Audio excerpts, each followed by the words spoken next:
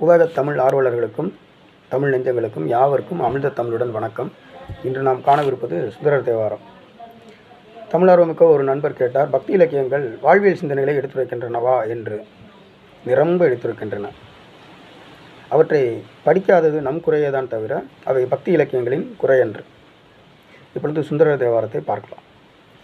வாழ்வாவது மாயம் இது மண்ணாவது திண்ணம், பால் போவது பிறவி கடல் பசி நோய் செய்த பரிதான், தாளாதரஞ்செய்மின் தடங்கண்ணான் மலரோனும் கீழ் மேலுற நின்றான் திருக்கே தாரமே நீரே. அதாவது வாழ்வாவது மாயம், அது மண்ணாவது திண்ணம். இது ஆண்டி முதல் அரசன் வரை இதுதான். ஆடி அடங்கும் வாழ்க்கையிட ஆறடி நிலமே சொந்தமடா. இப்படிப்பட்ட இந்த வாழ்க்கையில் நாம் எப்படிப்பட்ட உடம்பை வைத்துக்கொண்டு வாழ்கிறோம்? வேறு எந்த நோய் நொடியும் இல்லாவிட்டாலும் கூட பசி என்னும் பிணி என்றுமே நிரந்தரமாக இருக்கக்கூடிய உடம்பு தான் இது. இந்த உடம்பை வைத்துக்கொண்டு தான் நாம் அத்தனை சாதனைகளையும் செய்து காட்ட வேண்டும். வேறு என்ன சாதனை செய்வது? அறம் செய்யுங்கள் என்று கூறுகிறார். அறம் செய்மின், தாளாத அறம் செய்மின். அது என்ன தாளாத அறம் செய்மின்? கொஞ்சம் கூட யோசிக்காதீங்க.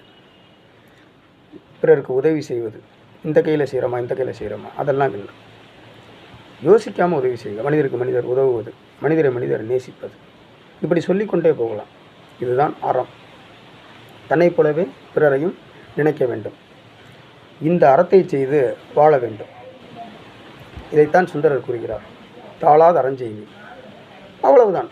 இதை விட வாழ்வியல் சிந்தனை வேறு என்ன இருக்கிறது? இந்த அறத்திற்குள் எல்லாமே அடங்கியிருக்கிறது. வாழ்வாவது மாயம் இது மண்ணாவது திண்ணம், பால் போவது பிறவிக்கடல் பசி நோய் செய்த பரிதான்.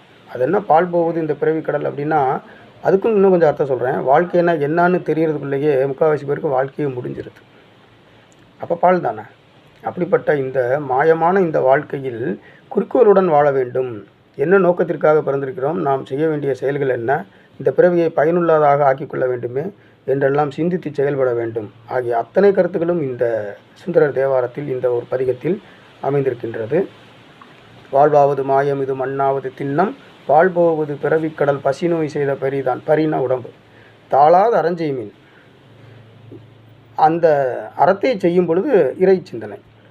தடங்கண்ணான் மலரோனும், அதாவது விஷ்ணுவும் பிரம்மனும் வணங்கக்கூடிய அந்த சிவபெருமானை மனதில் நினைத்து கொள்ளுங்கள், அறத்தை செய்யுங்கள். மக்கள் சேவையே மகேசன் சேவை என்பதைத்தான் இந்த பதிகம் எடுத்துரைக்கின்றது.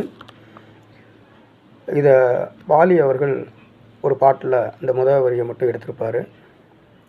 கண்ணதாசன் சிந்தனைகளிலும் ஆன்மீக சிந்தனை வரும் என்று முந்தைய காணொலியில் கூறினேன். இந்த வாழ்வாவது மாயம் அப்படிங்கிறத கேட்ட உடனே அது என்ன பாடல்னு உங்களுக்கே கூட ஞாபகம் வந்திருக்கும். வாழ்வே மாயம் இந்த வாழ்வே மாயம்.